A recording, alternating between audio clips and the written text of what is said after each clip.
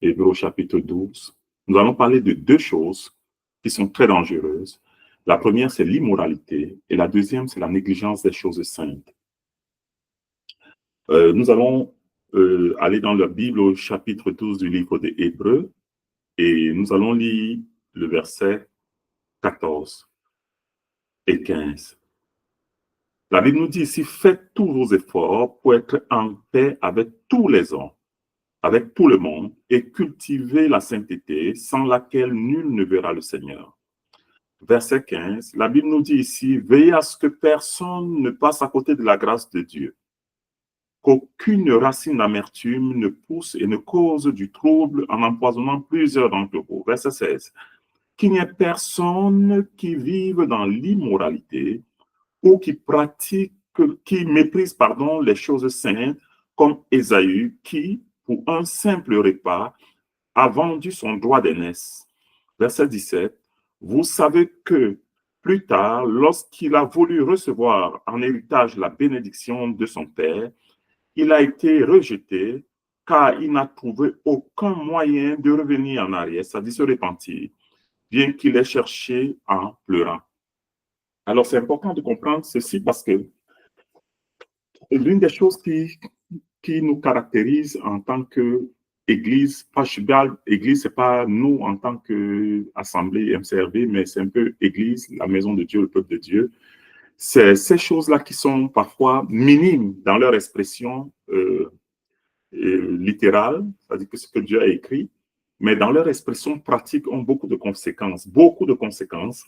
Et nous sommes victimes de ces choses sans le savoir. Et il y a une chose qui caractérise la parole de Dieu, c'est qu'elle est vivante.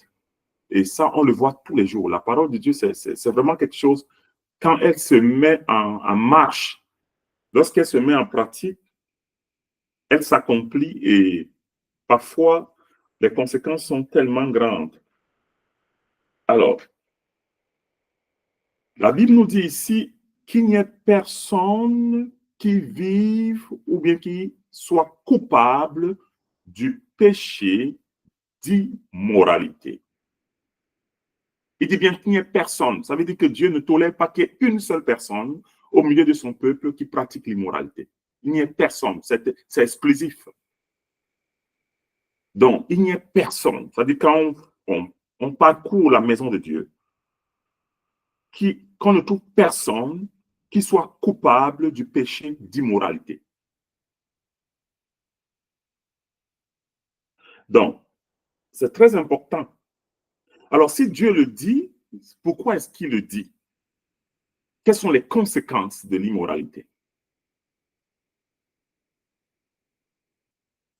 Alors, parce que la tendance souvent dans l'Église, c'est de tolérer les choses que Dieu ne tolère pas.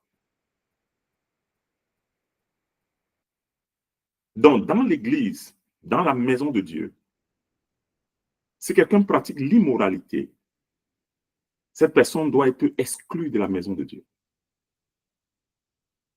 Parce que l'immoralité est un péché, mais il est un péché tout autre. Tout autre. C'est l'un des rares péchés où dans la Bible, on a développé de façon très structurée les conséquences de ce péché. Alors, dans 1 Corinthiens chapitre 18, nous allons lire ce passage rapidement. 1 Corinthiens chapitre 6, pardon. 1 Corinthiens chapitre 6. Nous allons voir pourquoi Dieu demande de ne pas pratiquer ce péché.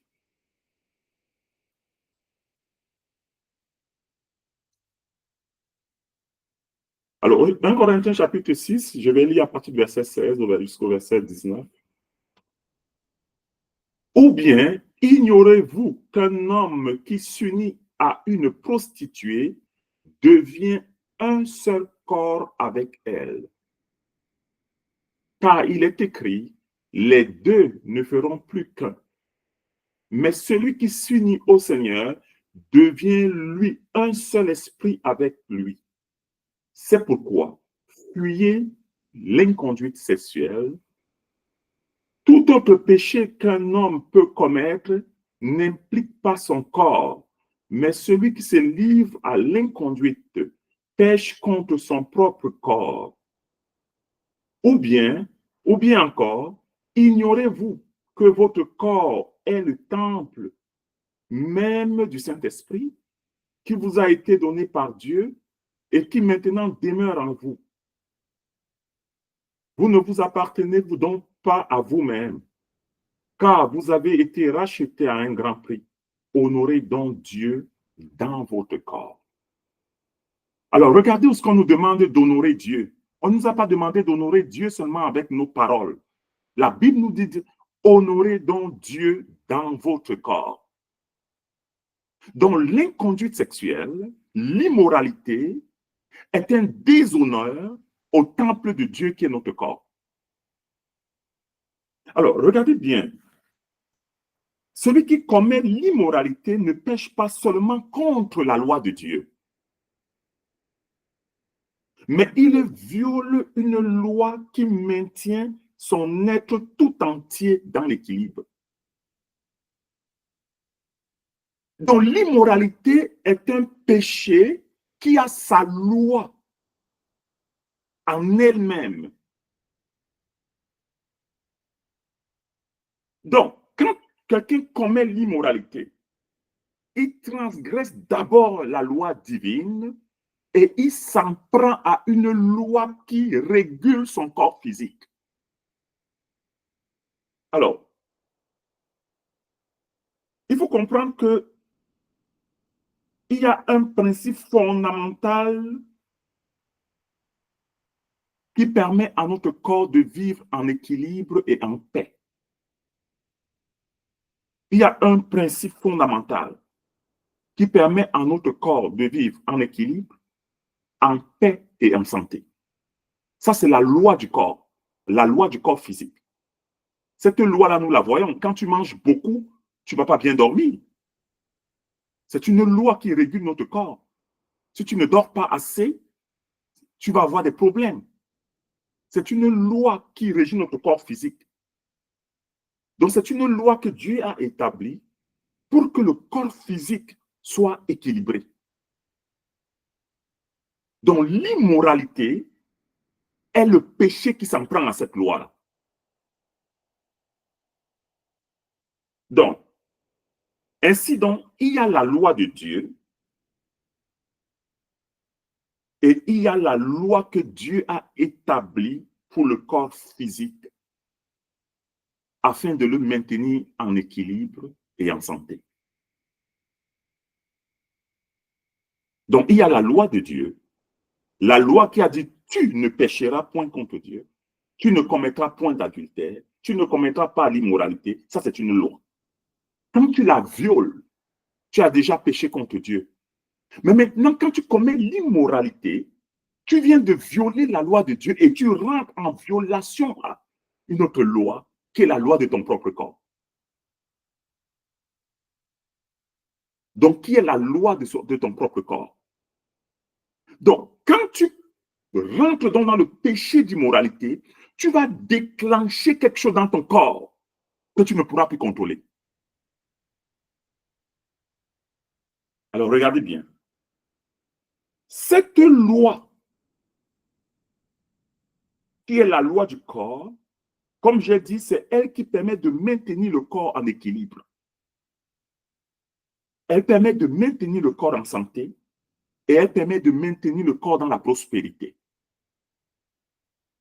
C'est pour ça que vous allez vous rendre compte que lorsque quelqu'un commence à tomber dans l'immoralité, il y aura un déséquilibre psychologique dans son être.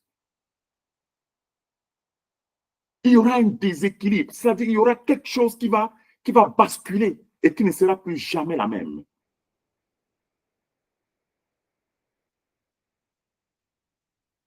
Alors, cette loi-là, elle maintient en cohésion et en équilibre tout notre être entier.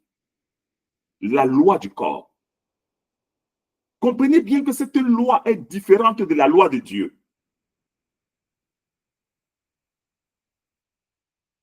Cette loi est différente de la loi de Dieu. C'est la loi du corps.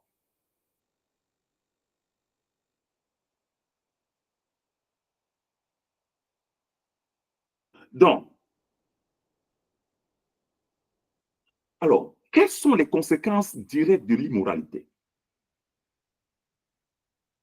Dans le passage que nous venons de lire, ici, vous allez le noter, regardez bien. La Bible nous dit, verset 16, « Ou bien ignorez-vous qu'un homme qui s'unit à une prostituée devient un seul corps avec elle. » Alors, regardez bien ce que la Bible est en train de nous dire. Parce que le problème, c'est que Dieu fait mention de l'ignorance. Il dit, ne savez-vous pas, ou ignorez-vous. En fait, le problème, c'est le problème d'ignorance.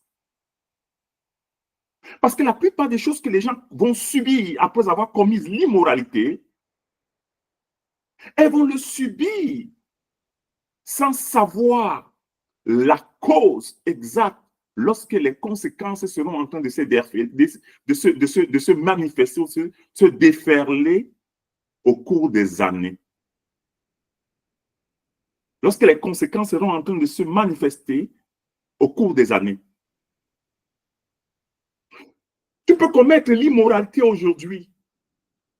Et les conséquences de cette immoralité, c'est dans 5 ans que tu commences à les voir.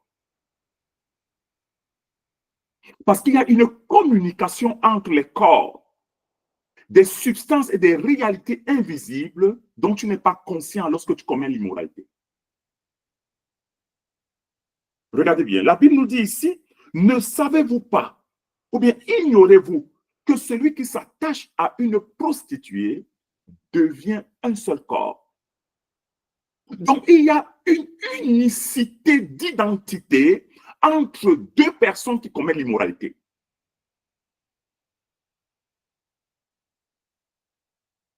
Il y a une unicité d'identité. Il y a une partie de l'identité de l'autre qui rentre en toi. Tu deviens, avant de tomber dans l'immoralité, tu n'étais pas un seul corps avec cette personne. Tu étais toi-même. Mais dès lors où tu as commis l'acte d'immoralité, c'est fini. Ta vie n'est plus jamais la même. Tu viens d'entrer dans une autre dimension. Tu viens d'entrer dans une fusion d'identité. Dès lors, il y a une transférabilité. Donc, il y a un transfert des réalités qui t'échappent. Alors, quelles sont ces réalités-là? Premièrement, on nous parle ici d'une prostituée. Il n'y a personne qui va commettre l'immoralité s'il n'est pas entré dans la dimension de la prostitution. Ne dis pas que je ne me prostitue pas parce que je ne suis pas au bord de la route ou bien parce que je ne suis pas dans un site de prostitution. Non, le mot immoralité ouvre la porte à une dimension qu'on appelle la dimension de la prostitution. C'est-à-dire que l'homme ou la femme qui était destinée à être ton partenaire, que Dieu a créé avant la fondation du monde, tu l'as abandonné avant même de la connaître pour aller t'attacher à une autre personne qui n'est pas celle avec qui tu devais être. Dès lors, tu rentres donc dans une fusion d'identité.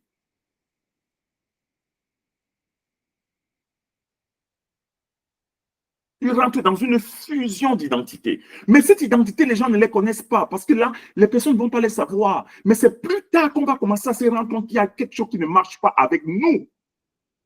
Regardez bien. La Bible nous dit ici, lorsque nous commettons le péché d'immoralité, nous violons cette loi et nous déséquilibrons le bien-être entier de notre corps.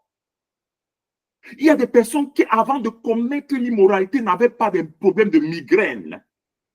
Dès qu'ils sont tombés dans le problème d'immoralité, plus tard, il y a eu des migraines qui n'en finissent plus. D'où sont venues ces migraines? Il y a des personnes qui, avant de commettre l'immoralité, tout ce qui touchait prospérait. Dès qu'ils ont touché à l'immoralité, immédiatement. Il y a des personnes qui, dès qu'ils sont entrés dans l'immoralité, toute leur vie, la nuit, c'est des cauchemars. C'est des pertes blanches. Ce sont des rêves qu'on n'arrive plus à contrôler. Un transfert d'identité. Donc, la personne avec qui tu commets l'immoralité t'entraîne dans la dimension de la prostitution. Donc, dès lors, le premier rapport sexuel que tu as en dehors du mariage ouvre la porte, tu es devenu un prostitué ou bien une prostituée. Ne dis pas que je n'ai pas mon site web. Non! Ne dites pas que non, je ne suis pas comme ça. Non, c'est de la prostitution. L'immoralité sexuelle expose le corps à la transmission de toutes sortes de maladies. Parce que dans le rapport d'immoralité, il y a un contact de corps à corps. Écoutez bien, lorsque tu voles, tu voles quelqu'un, tu ne réduis pas ton espérance de vie. Je n'ai jamais vu quelqu'un qui a volé le porte-monnaie de quelqu'un, il a attrapé le sida. Je n'ai jamais vu quelqu'un qui a volé le porte-monnaie de quelqu'un, il a attrapé la gonocoxie. Même quand tu tues quelqu'un, tu ne veux pas contacter le sida parce que tu l'as tué. Parce qu'il n'y a pas un rapport de corps à corps. L'immoralité, c'est le seul péché dans lequel tu engages ton corps à être un vecteur de communication ou bien de réception de ce que l'autre a à l'intérieur de lui.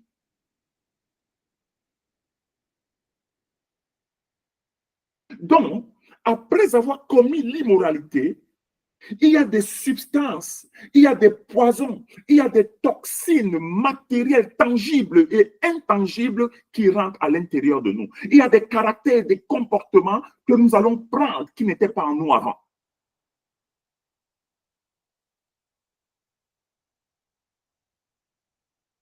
Notez toujours que dans le transfert, dans l'immoralité, il y a toujours une transaction qui va se passer. L'immoralité, c'est une activité de prostitution. Et par définition, les activités de prostitution sont des transactions qui ont tout à voir avec parfois l'occultisme ou bien la dimension de la prospérité, dont la dimension financière.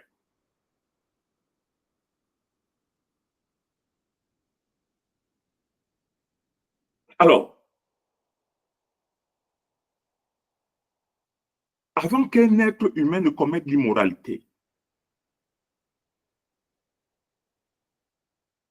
son être tout entier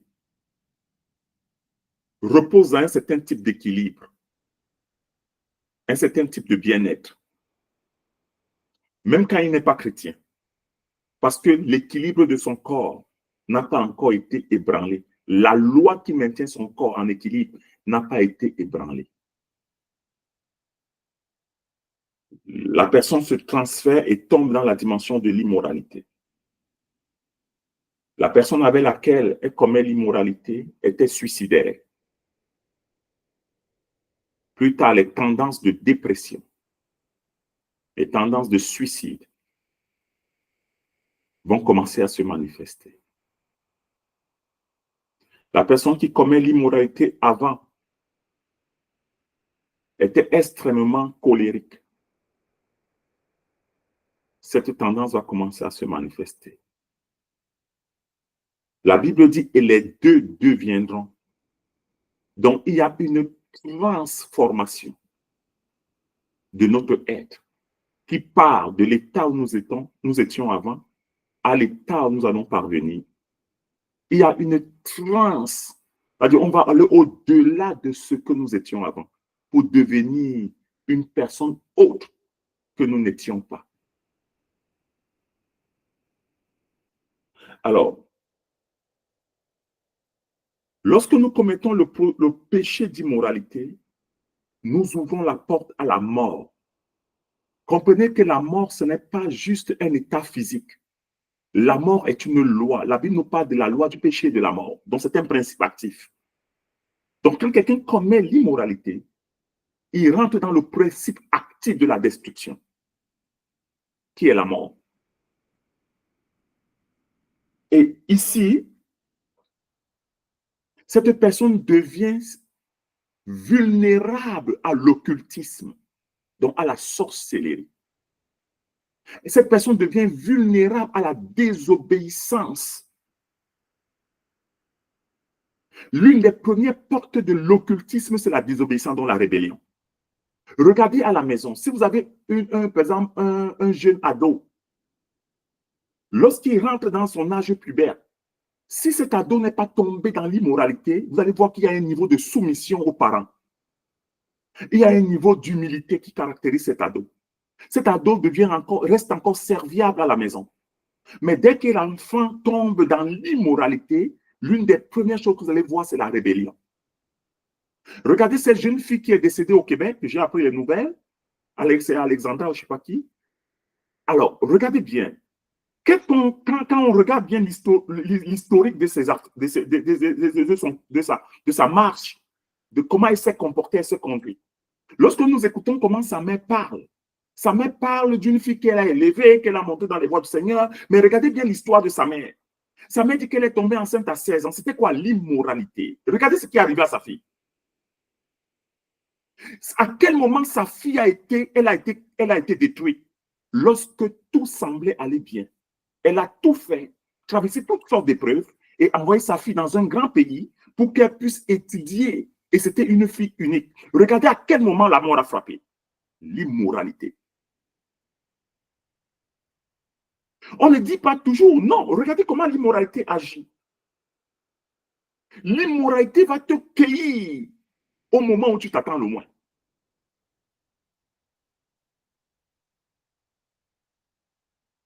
C'est pourquoi le Seigneur nous dit qu'il y a des péchés que tu peux commettre qui sont hors de ton corps. Ça n'engage pas ta vie physique. Ça n'engage pas l'intégrité de ton corps. Oui, tu peux voler, mais c'est les autres qui vont te tuer. Oui, tu peux lutter avec quelqu'un. C'est lui qui va te porter un coup fatal. Mais l'immoralité, c'est toi qui portes ton corps pour aller le livrer en sacrifice.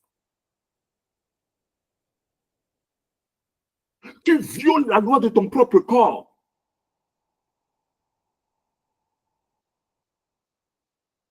C'est terrible. Regardez bien la caractéristique de l'immoralité. Ils sont rares et peu, pratiquement rien. Aucune personne qui commet l'immoralité ne peut marcher dans la voie de la prospérité. Ce n'est pas possible. La plupart des héros sont tombés à cause de l'immoralité. Regardez bien. Regardez Samson. Regardez le premier fils de comment on l'appelle? Le premier fils de Jacob, Ruben. Regardez comment l'immoralité a fini Samson. Regardez comment l'immoralité a réduit Ruben, le premier fils, l'héritier de Jacob. Regardez comment ça l'a réduit à la misère, à l'oubli. Donc, bien aimé, la Bible, ouvrons nos Bibles dans Romains au chapitre 1, versets 22 à 29. Romains chapitre 1, versets 22 à 29.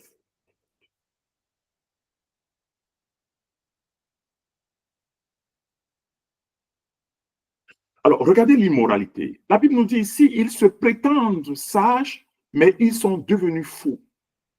Ainsi, au lieu d'adorer le Dieu immortel et glorieux, ils adorent les idoles, images d'hommes mortels, d'oiseaux, de quadrupèdes, de reptiles. C'est pourquoi Dieu les a abandonnés aux passions de leur cœur. Quelles sont les passions des cœurs? La plupart du temps, l'immoralité provient des passions du cœur.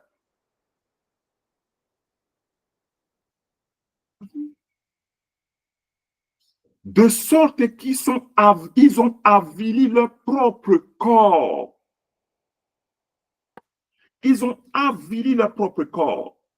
Celui qui commet l'immoralité dégrade sa propre dignité. Dégrade sa propre dignité.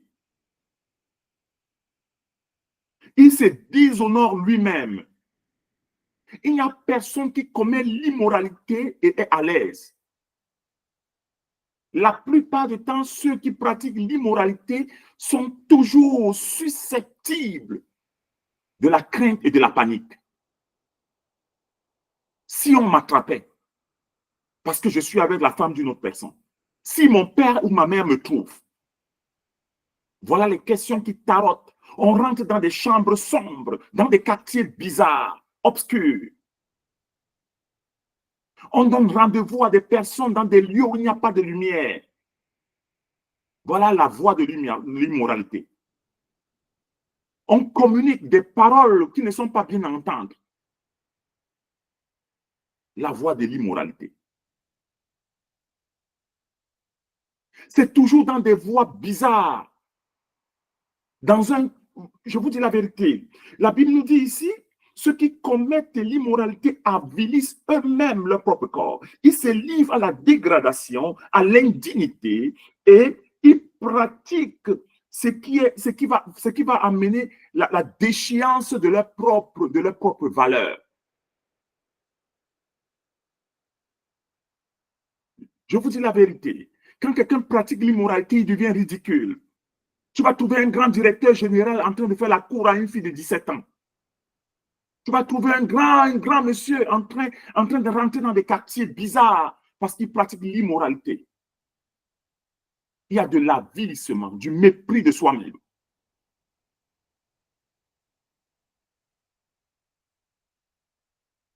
Alors, lorsqu'on pratique l'immoralité, on perd de sa valeur morale intrinsèque.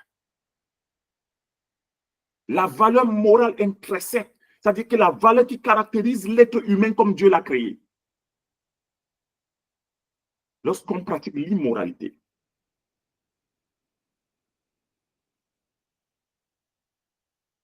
on rentre dans la classe des animaux. Parce qu'il n'y a que les animaux qui n'ont pas la morale. Donc, transgresser la loi de la morale, c'est rentrer dans la loi des animaux. On devient donc un être animal, digne d'être abattu. Bien-aimé, l'immoralité est un péché qui nous livre à l'occultisme, à l'initiation, à la sorcellerie. Lorsque quelqu'un pratique l'immoralité, il devient un portail à la communication démoniaque. Il est initié sans le savoir. Il est mis en contact avec des forces occultes qui vont manipuler sa destinée. L'immoralité. Regardez bien. À cause de l'immoralité, il y a eu près de 23 000 Israélites qui sont morts lorsqu'ils sont allés se prostituer avec les filles de Moab. 23 000. Qu'est-ce qui les a tués? C'était une plaie. Qu'est-ce qu'une plaie? Une plaie, c'est une contagion. Une plaie, c'est un peu comme un virus.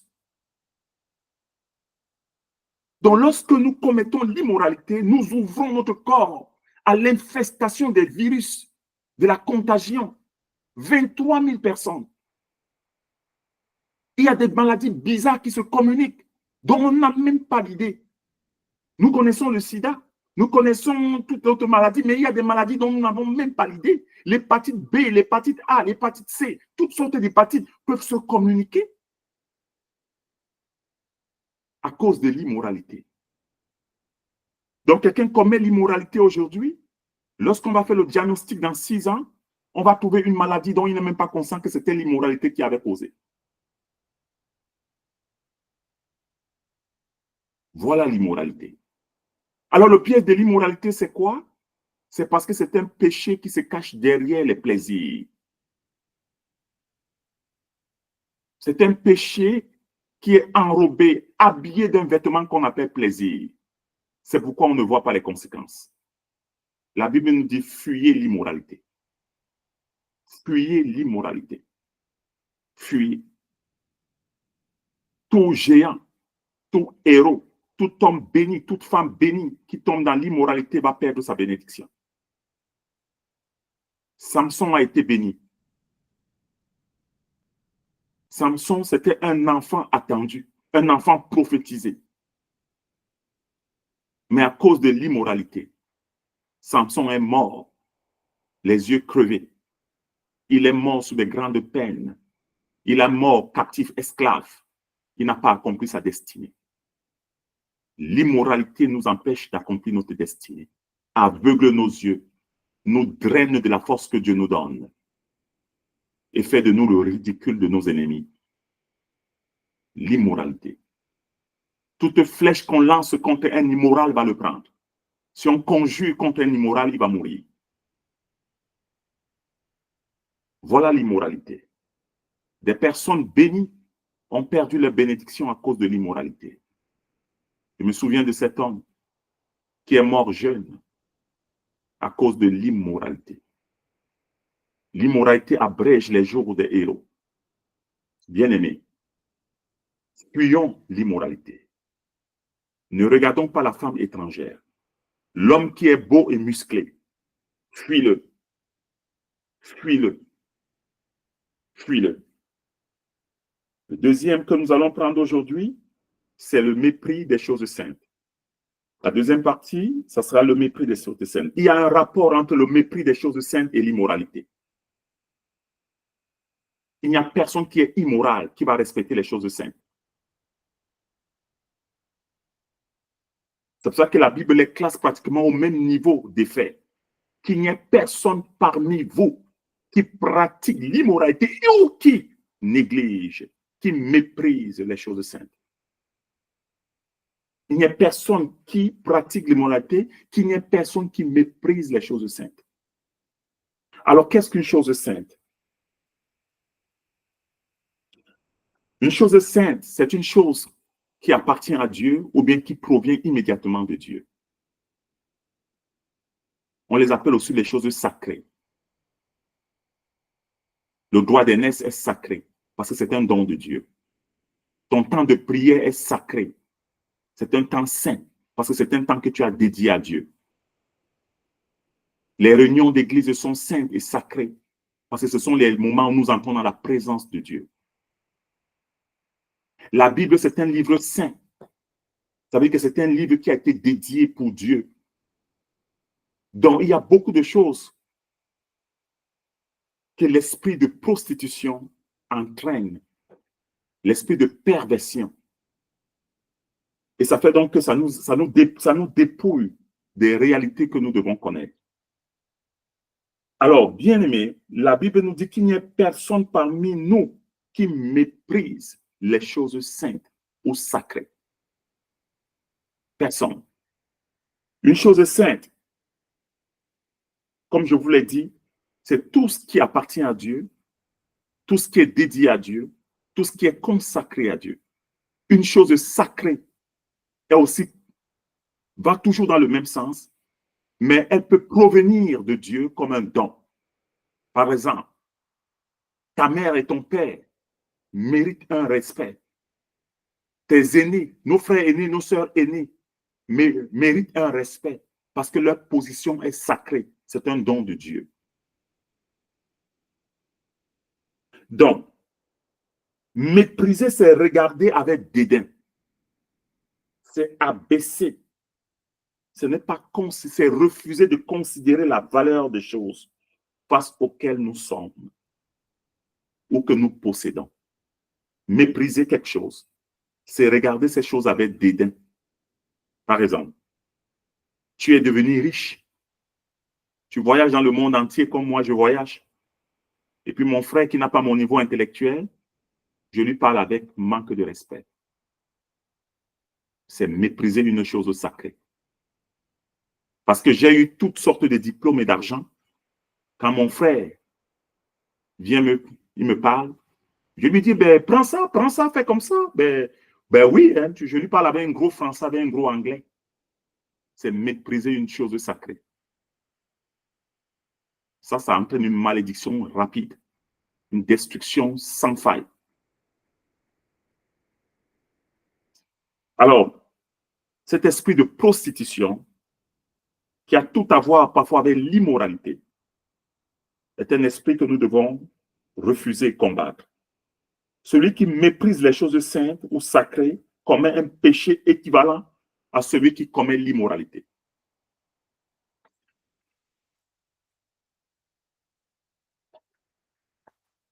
Donc, de même que Dieu proscrit l'immoralité parmi nous, de même Dieu proscrit le mépris des choses saintes. Le mépris des choses saintes. Le problème qui nous caractérise souvent, c'est l'ignorance. Quand je dis l'ignorance, c'est l'ignorance qui est un défaut de sérieux dans les choses que nous faisons.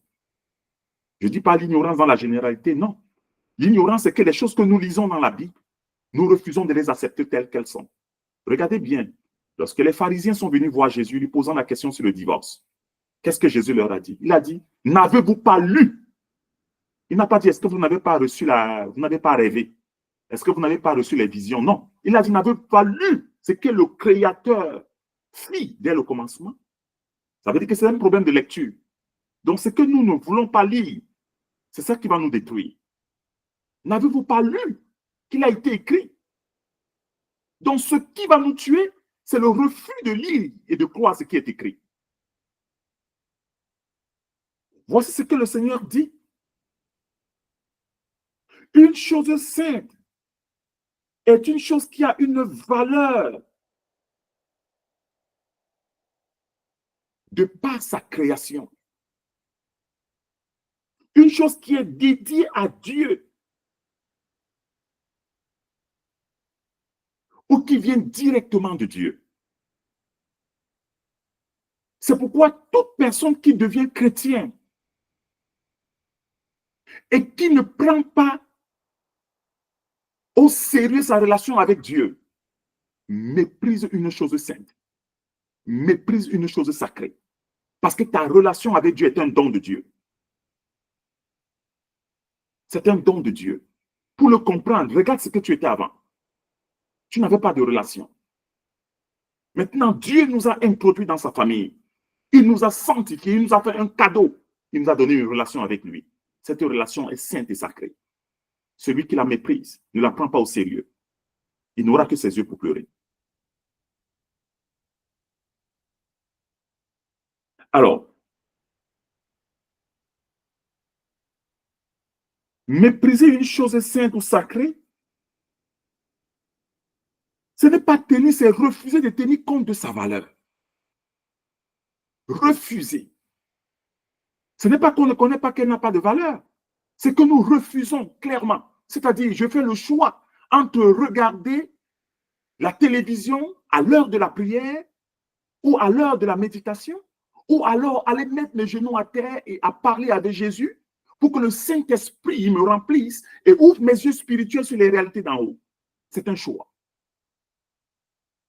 C'est un choix. Bien-aimés, Dieu nous met en garde contre le mépris des choses saintes.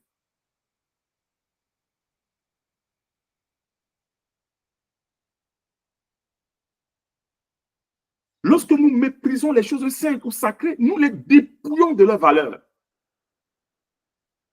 Je prends toujours cette analogie avec quelqu'un qui est devenu grand, riche, et son frère ou sa sœur aînée, qui n'a pas eu le même niveau, qui rentre chez lui et qui lui dit, ben, tu peux prendre le sac qui est là à l'entrée, je l'ai mis pour toi, tu peux le prendre. Comprends un peu? Lui parler avec dédain, parce qu'il n'a pas le même niveau que nous. C'est une malédiction. Nous dépouillons notre frère aîné, notre sœur aînée, du droit sacré que Dieu lui a donné d'être notre aîné. C'est une malédiction.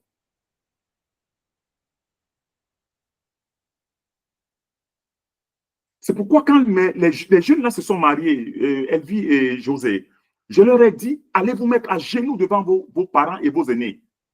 Vous vous souvenez, n'est-ce pas? José, je t'ai dit, prends ta femme, va te mettre à genoux devant ta grande sœur et qu'elle vous bénisse. Et vous êtes parti le faire, vous vous êtes mis à genoux, vous avez vu comment ta grande sœur a réagi. Elle s'est mise à pleurer. Et elle vous a béni. J'ai dit, allez voir vos beaux-parents, tu es allé voir tes beaux-parents. Vous vous êtes mis à genoux, je vous ai dit qu'ils vous bénissent. C'est le sacré. Nous sommes devenus une race de personnes folles. Nous ne connaissons plus le sacré. Nous ne connaissons plus le sacré. Il y a une bénédiction que tu recevras de ton frère aîné, que ta mère ne pourra pas te donner, que le pasteur, l'apôtre ne va jamais te donner. C'est ton frère aîné qui va te la donner. Il y a une bénédiction que tu recevras de ta sœur aînée. C'est la bénédiction du fils aîné. Le droit d'aînesse. C'est sacré. C'est à cause de cela que la vie et la destinée de beaucoup de personnes ne s'accomplissent pas. La Bible nous dit c'est vrai, c'est clair. C'est l'inférieur qui est béni par le supérieur. Pourquoi? Parce que dans le supérieur, il y a un droit intrinsèque que Dieu lui a fait. Le supérieur, là, ça peut être ton frère aîné ou ta soeur aînée. Celui qui est supérieur à toi a une bénédiction sur toi. C'est sacré. Si tu méprises ça, tu es fait.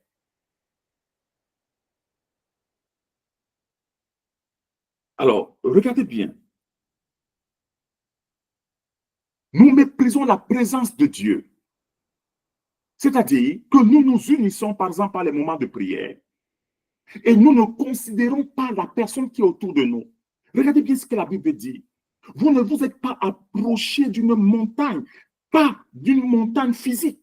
Vous ne vous êtes pas approché du feu. Vous n'avez pas entendu cette voix de la trompette. Vous n'avez pas vu vous n'avez pas entendu le son du corps. Mais vous vous êtes approché du mont Sion, de la Jérusalem, du cœur des anges, qui sont en fait de l'esprit des justes parvenus à la perfection.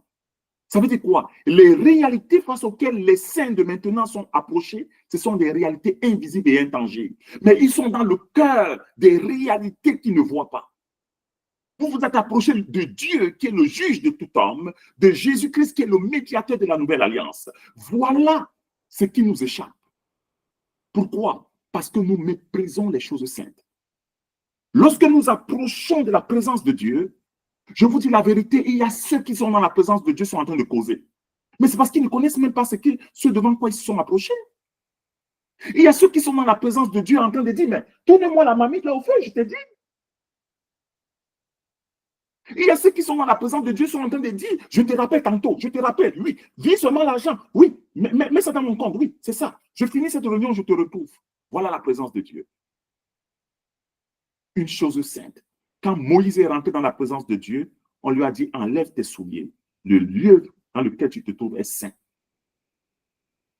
Le mépris des choses saintes, l'esprit de prostitution, l'esprit d'immoralité.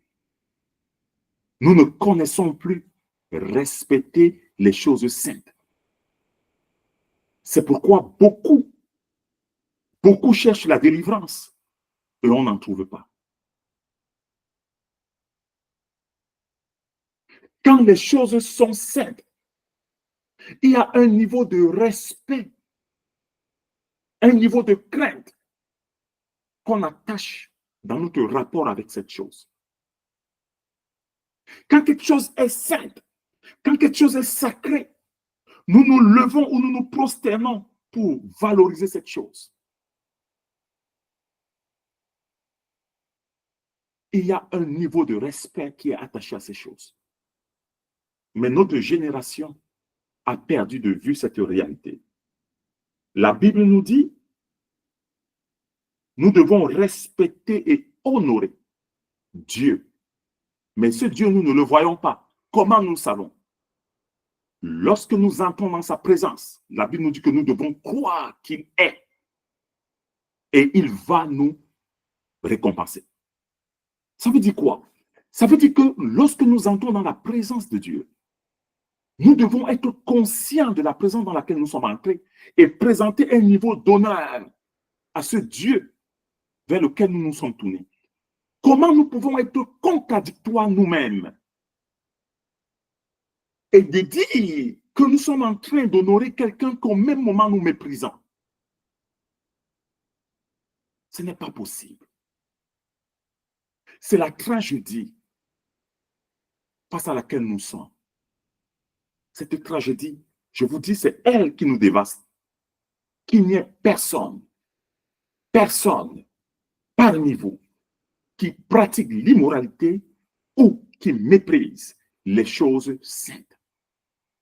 Vous allez vous rendre compte dans le cours de l'histoire qu'il n'y a personne qui a méprisé une chose sainte que Dieu a utilisée. Personne. Tu peux créer ta chaîne YouTube. Tu vas être star de YouTube. Sur TikTok, il n'y a pas de problème. Mais Dieu ne va rien avoir avec toi. Vous comprenez ça? Donc, l'une des premières choses, si nous voulons aller loin avec Dieu, c'est l'esprit de respect des choses saintes et sacrées. Si nous voulons voir et prospérer sur la terre, c'est l'esprit de respect des choses saintes et sacrées. Ces choses vont nous amener à une dimension plus avancée. Regardez bien dans l'histoire de la Bible, regardez bien la plupart des gens que Dieu a utilisés. Quand je dis utiliser, ce n'est pas devenir des pasteurs forcément. Ce sont des gens que Dieu a positionnés. Regardez Daniel, regardez ses amis. Dans n'importe quelle sphère de notre existence, que ce soit sur le plan de la finance, le plan économique, le plan spirituel, quel que soit le plan où Dieu doit nous amener, si nous ne respectons pas les choses saintes, ça ne sera pas possible. Il faut oublier ça. Il faut oublier ça. Dieu ne va pas marcher au milieu d'un peuple qui ne le respecte pas. Dieu ne va pas demeurer dans une maison où on ne le respecte pas. Il va partir. Mais ça ne va pas empêcher qu'on chante des louanges dans cette maison. Il va partir. Parce que nous allons nous-mêmes violer la loi qu'il a dit. Je vais aller rapidement. Alors, regardez bien. La Bible dit, Ésaü méprisa et profana, il profana le droit de fils aîné. Alors, le droit de fils aîné qu'il a méprisé, qu'il a profané, c'était quoi? C'était un droit saint. C'était une bénédiction. Ce n'est pas Ésaïe qui a décidé de naître le premier. C'est Dieu qui l'avait choisi. Vous comprenez donc pourquoi Dieu avait dit, j'ai préféré Jacob et j'ai détesté, j'ai rejeté Ésaü. Parce que Dieu qui voit en dehors du temps avait déjà vu que Ésaü allait profaner son droit de naissance. C'est pourquoi Dieu l'avait déjà exclu. Alors, il y a des personnes qui sont exclues d'avance. Parce que Dieu qui connaît toutes choses sait que ces personnes vont mépriser les choses saintes. Je vous dis la vérité. Il n'y a aucune prière qu'on pourra exaucer dans les cieux si celui qui fait la prière n'apprend pas à respecter les choses saintes et sacrées. Je vous parlais une fois de ce jeune frère, il n'était même pas encore frère, qui cherchait du travail un jour et il a pris un jour de jeûne. Lui qui était un bon païen, il cherchait du travail et il a lavé son sol et il a changé ses draps et il s'est mis à genoux et pendant qu'il priait, son téléphone a sonné. Une banque l'a appelé pour lui donner du travail. Comment est-ce qu'il avait honoré Dieu? En changeant ses draps, en nettoyant son sol. Vous comprenez ça? Mais regardez, nous, notre rapport dont devient lequel? Nous sommes tellement déjà habitués à Dieu que nous devenons les premiers, les héritiers de Dieu sont les premiers à le mépriser. C'est pourquoi la Bible nous dit que je me suis laissé trouver par ceux qui ne me cherchaient pas. Bien-aimés,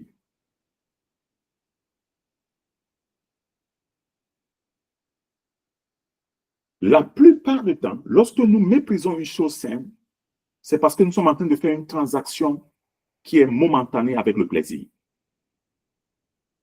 Nous méprisons une chose sainte, c'est parce que nous sommes en train de faire une transaction avec un plaisir sporadique. Personne ne veut mépriser une chose sainte ou sacrée s'il ne cherche pas une vaine gloire ou un plaisir momentané. Ésaü voulait manger la soupe de son frère pour un petit bout de temps où il avait faim. Ésaü n'a pas pu se maîtriser. Ésaü n'a pas pu se contrôler. Il n'a pas pu. Parfois, c'est notre téléphone, dans la présence de Dieu, une petite notification. On ne peut pas se contrôler. On va aller regarder. Je parle de moi-même aussi. Je ne parle pas de vous, je parle de moi-même. Parfois, il y a quelque chose qui... Un petit bout. OK, je vais encore regarder cette émission avant d'aller à la prière. Je vais encore, avant de commencer mon moment de prière, une petite causerie. C'est une transaction de trop qui va amener le mépris de la chose sainte. Un petit moment de plaisir. Un petit moment de plaisir. Bien-aimé, ça nous prend de la discipline, du contrôle et de la conscience des choses que Dieu nous a conférées pour pouvoir aller loin et entrer dans l'héritage des choses que Dieu veut nous donner. Pour un petit moment de plaisir, Ésaü méprisa les choses saintes. Mais il y a une caractéristique avec les choses saintes. C'est que lorsque tu es en train, ou bien lorsque nous sommes en train de les mépriser, nous ne péchons pas seulement contre Dieu, mais nous bafouons notre héritage. Regardez bien. La plupart du temps, lorsque quelqu'un a un rendez-vous, ou bien quelqu'un a établi quelque chose pour Dieu, avec Dieu, et qu'il commence à la traiter avec négligence, la personne ne connaît pas ce qu'elle est en train de faire. Pour le moment, quand elle est en train de commettre cette erreur-là, elle ne comprend pas. C'est plus tard. Regardez bien ce que la Bible nous dit. La Bible nous dit ici que plus tard, lorsque Ésaü voulut la bénédiction, c'est plus tard. C'est-à-dire que le moment où tu devais prier maintenant, où tu n'as pas prié, ce moment, tu ne vas plus jamais le rattraper. Lorsque tu dis que je vais prier à 6 heures, ou à 7 heures, ou à 4 heures du matin, et qu'à 4 heures du matin, tu te trouves en train de partager tes choses sur WhatsApp, ce 4 heures du matin, tu ne vas plus jamais le retrouver. C'est plus tard que tu verras les conséquences. C'est plus tard. Plus tard, lorsqu'il voulut la bénédiction, il fut rejeté. Alors, regardez bien la circonstance d'Ésaü. Excusez-moi si je prends du temps pour expliquer ça aujourd'hui, c'est parce que premièrement, je voudrais communier avec l'Église. Et je me suis rendu compte que ces choses sont très importantes. Alors, qui a voulu bénir Ésaü? C'était son père Isaac. Donc, Isaac n'a jamais exclu Ésaü de la bénédiction. Isaac n'a jamais exclu Ésaü de la bénédiction. Isaac a voulu bénir Ésaü. C'est lui qui a dit à Ésaü, viens, va me tuer un gibier. Je mange et je te bénis. Vous comprenez? Ça veut dire quoi? Ça veut dire qu'au moment où Ésaü était en train de trafiquer les choses saintes et sacrées, il ne connaissait pas les répercussions. À quoi ça me sert? À quoi ça me sert ce droit d'aînesse? À quoi ça me sert d'aller à la réunion de prière maintenant? Pourtant qu'il y a la Champions League qui est en train de passer. À quoi ça me sert? À quoi ça me sert? C'est ce qu'Ésaïe a dit. Pour le moment, nous ne voyons pas l'utilité. Mais plus tard, c'est là que nous allons pleurer. Il y a des jeunes gens aujourd'hui, des jeunes filles qui prient et qui veulent avoir un enfant et n'en ont pas. Parce que le moment où l'ange était venu pour leur donner des enfants, elles étaient en train de partager sur TikTok. À quoi ça me servait à cette heure-là de rester devant la présence de Dieu? Or, c'est l'ignorance et l'aveuglement. La Bible dit que nous nous sommes approchés du cœur des anges en fait. Donc ces anges qui sont en fait pourquoi? Parce que nous ne connaissons pas les bénédictions que ces anges sont en train de nous donner. Les anges sont là en fait, sont dans la joie. Ne dansent pas seulement parce qu'elles veulent danser. Ce n'est pas seulement le coupé décalé des anges. Les anges sont dans la joie. Et nous nous sommes approchés de ce cœur des anges. Qu'est-ce que nous savons que ces anges sont en train de faire? Ces anges sont peut-être en train de te bénir, sont peut-être en train d'apporter ta bénédiction, sont peut-être en train d'apporter les ossements de ta prière que tu as fait, ça fait 5 ans. Mais à cause de la négligence, quand l'ange est venu, nous n'étions pas présents. Quand l'ange est venu, nous étions absents. Nous étions préoccupés à faire d'autres choses. Comprenez? Comprenez un peu? C'est pourquoi il faut contrôler notre rapport avec les plaisirs. Le désir, les désirs, il faut contrôler nos rapports avec les désirs et les plaisirs. Parce que là, le mépris des choses saintes a un grand rapport avec les plaisirs. Il faut que j'accomplisse ceci. Il faut que je fasse ceci. Tu ne peux pas respecter les choses saintes si tu n'as pas un niveau de discipline et de sacrifice. Je vous dis la vérité. Je vous dis la vérité. Il est difficile. Si tu veux passer le temps à dormir, tu ne pourras pas respecter les choses saintes. Tu ne pourras pas. Si tu veux passer le temps à te donner le confort, tu ne pourras pas.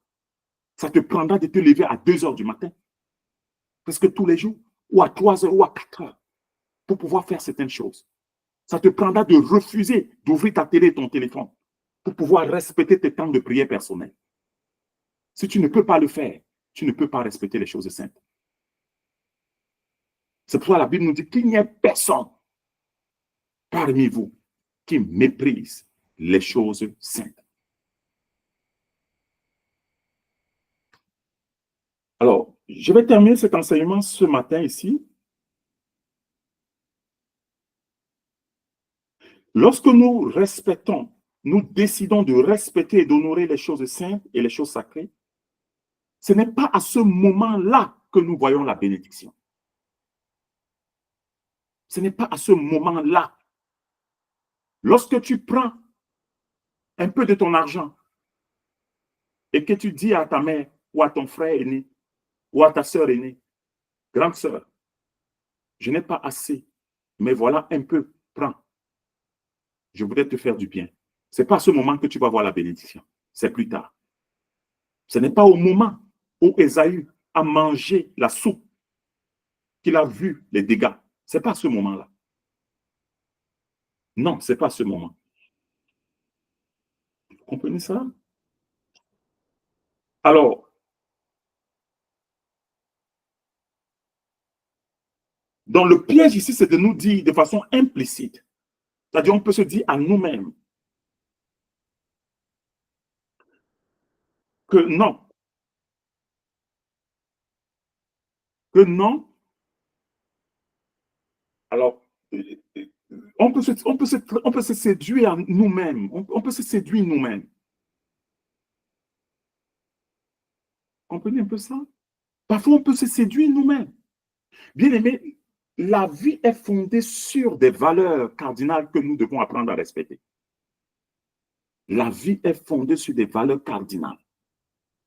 Vous comprenez pourquoi quand le Seigneur a dit, lorsque tu veux prier, rentre dans ta chambre, ferme la porte derrière toi. Pourquoi? C'est pour créer un certain niveau de confidentialité qui va t'obliger, ou bien qui va nous obliger à un certain niveau de respect. Lorsque j'entre dans un lieu et que je me barricade, qu'est-ce que ça fait? Ça fait que je suis concentré, je suis focalisé sur la chose que je dois faire.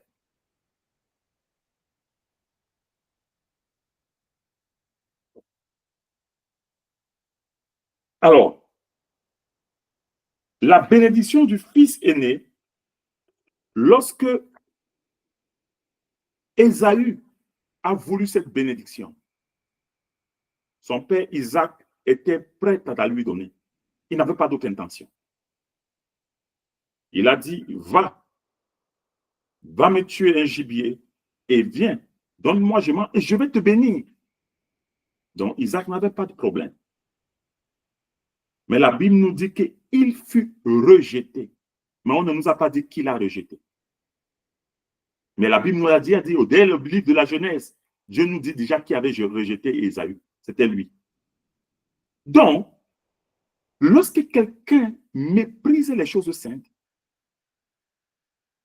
il y a une main invisible qui va le supplanter chaque fois qu'il aura l'opportunité de gagner quelque chose. C'est-à-dire, regarde bien ta relation avec Dieu. Regarde le sérieux que tu mets dans cette relation. Ce sérieux-là, à chaque moment où tu es sérieux dans les choses saintes, les choses sacrées, chaque fois qu'il y aura une opportunité, il y aura une main invisible qui va te délivrer.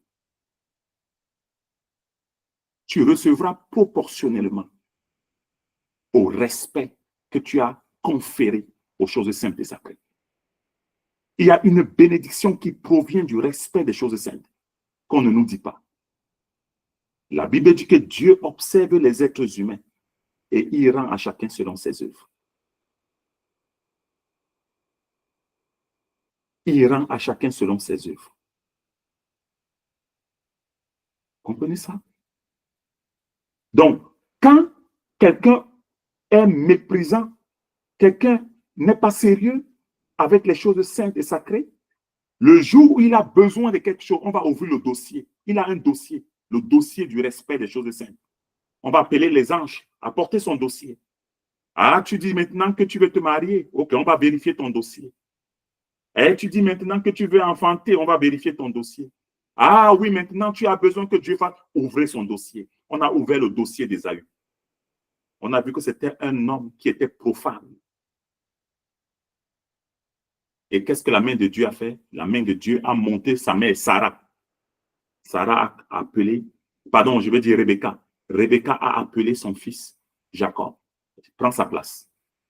Même l'odeur du corps, on a changé. Quand son père l'a embrassé, il a senti que c'était l'odeur d'Ésaü et de Jacob, d'Ésaü.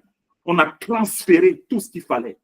Le jour de notre rendez-vous avec Dieu, lorsque nous allons crier et de dire à Dieu, Seigneur, souviens-toi de moi. Avant de nous dire à Dieu, souviens-toi de moi, souvenons-nous de comment nous nous sommes nous-mêmes donnés et nous nous sommes consacrés de façon sérieuse aux choses de Dieu. Souvenons-nous. On s'est souvenu d'Ésaü. On dit, et on le rejeta. Bien-aimé, bien-aimé, ce n'est pas maintenant, ce n'est pas en jouant maintenant que tu verras les conséquences. C'est plus tard. C'est plus tard. C'est plus tard. Pour beaucoup de ceux qui s'amusent avec le salut, Dieu leur a donné la foi gratuitement. Et ils méprisent la foi. Comment échapperons-nous si nous négligeons un si grand salut qui nous a été donné? Comment? Plus tard, nous allons vouloir rentrer dans la présence de Dieu, mais il sera trop tard. Nous serons bannis, comme Ésaü a été banni. Qu'est-ce que te donne la bénédiction? La bénédiction, lorsque tu respectes les choses saintes. La bénédiction, la Bible dit que Dieu te donne la domination. La domination. Comprenez? Regardez bien les bénédictions qu'Isaac a données à Jacob. Première chose, c'était la domination. Tu vas dominer. Ce n'est pas la domination parce que tu es en Jésus. Il faut arrêter le théâtre là. Non. Tu ne respectes pas Jésus, tu vas dominer personne. Donc, il lui a donné la domination, il lui a donné la protection. Il lui a donné l'abondance. L'abondance est une conséquence. C'est une bénédiction qui va suivre ceux qui respectent Dieu. L'abondance. Donc, si tu respectes Dieu, ne sois pas surpris que tes greniers soient pleins. Il lui a donné la protection et il lui a donné le leadership. Donc, tu arrives quelque part, les gens te respectent. Les gens se soumettent à toi. Vous comprenez? Donc, je termine. Celui qui méprise les choses saintes, maintenant, n'aura que ses yeux plus tard à pleurer parce qu'il ne pourra plus rien changer. Donc, il faut arrêter de stresser. Il faut arrêter de dire, oui, mon temps est déjà passé, je n'ai pas enfanté. C'est du théâtre. Il faut arrêter de dire, Dieu m'a-t-il oublié? Regarde bien dans tes rapports avec Dieu. Comment toi-même, tu t'occupes des choses de Dieu. Recherchez premièrement le royaume des cieux. C'est ce que la Bible nous dit. Ceux qui respectent les choses de Dieu, Dieu va leur donner l'abondance, il va leur donner la domination, il va leur donner la protection, il va les mettre à la tête et non à la queue, et il va leur donner la vie éternelle. Voilà ceux qui respectent les choses saintes et sacrées. Ils auront la faveur des hommes et ils auront la faveur de Dieu. Que le Seigneur nous bénisse.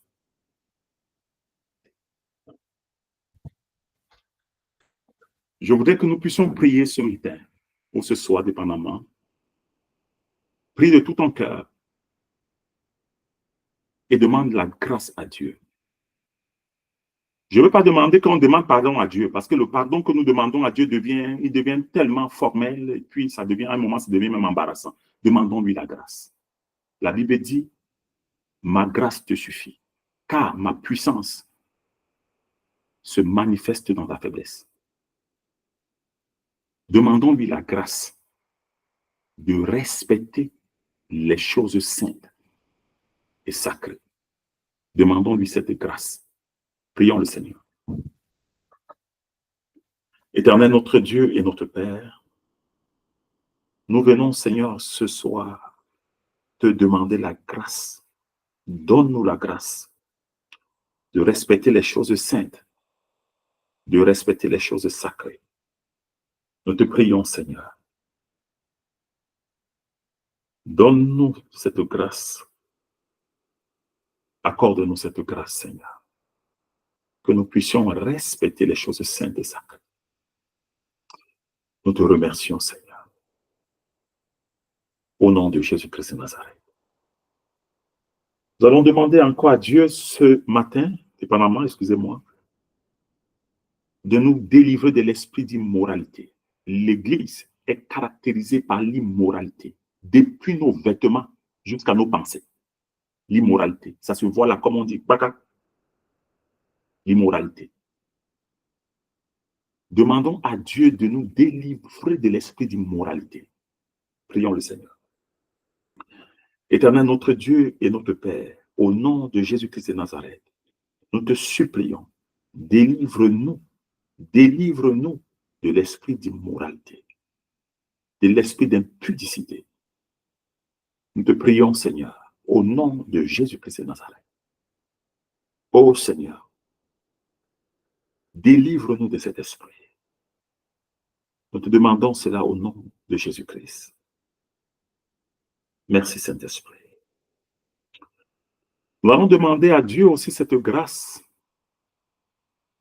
que nos choix de vie ne soient pas fondés sur les motivations de plaisir. Il y a des personnes qui ont commis de très mauvais mariages parce qu'elles n'ont pas contrôlé les pulsions. Elles sont allées épouser le fils du diable ou les filles du diable. Et aujourd'hui, elles n'ont que les yeux pour pleurer. Demandons à Dieu que nos décisions, nos choix ne soient pas motivés par des mauvais désirs. Prions le Seigneur. Éternel, notre Dieu et notre Père, nous te prions dans le nom de Jésus-Christ. Nous demandons, Seigneur, que nos choix de vie, nos décisions, ne soient pas motivés par des mauvais désirs. Ô Seigneur, nous te supplions, Seigneur, préserve-nous. Préserve ton peuple. Nous te le demandons dans le nom de Jésus-Christ de Nazareth. Merci, Saint-Esprit. Merci, Seigneur Jésus. Merci. Alléluia. Nous allons maintenant enfin demander à Dieu la grâce. Que le Seigneur nous accorde la grâce de respecter, d'honorer tous ceux qui sur nous ont un droit d'aînesse. Que ce soit nos frères aînés, que ce soit nos sœurs aînées, que ce soit nos parents, que ce soit nos tuteurs, nos pasteurs, nos enseignants, nos patrons, que Dieu nous accorde la grâce de les honorer. Prions le Seigneur. Ô notre Dieu et notre Père, nous te supplions, accorde-nous la grâce d'honorer tous ceux qui sur nous ont un droit d'aînesse, un droit d'autorité. Nous te supplions, ô Dieu, de nos parents, à nos aînés, à nos chefs, Seigneur notre Dieu, à nos gouvernants, nous te supplions, accorde-nous la grâce de les honorer. Nous te supplions, Seigneur. Accorde-nous cette grâce. Nous te le demandons dans le nom de Jésus-Christ. Amen.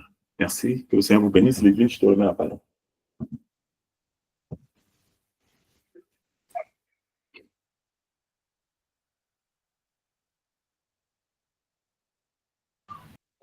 Amen. Merci beaucoup. Merci beaucoup, pasteur. Je vais simplement et fermer l'enregistrement.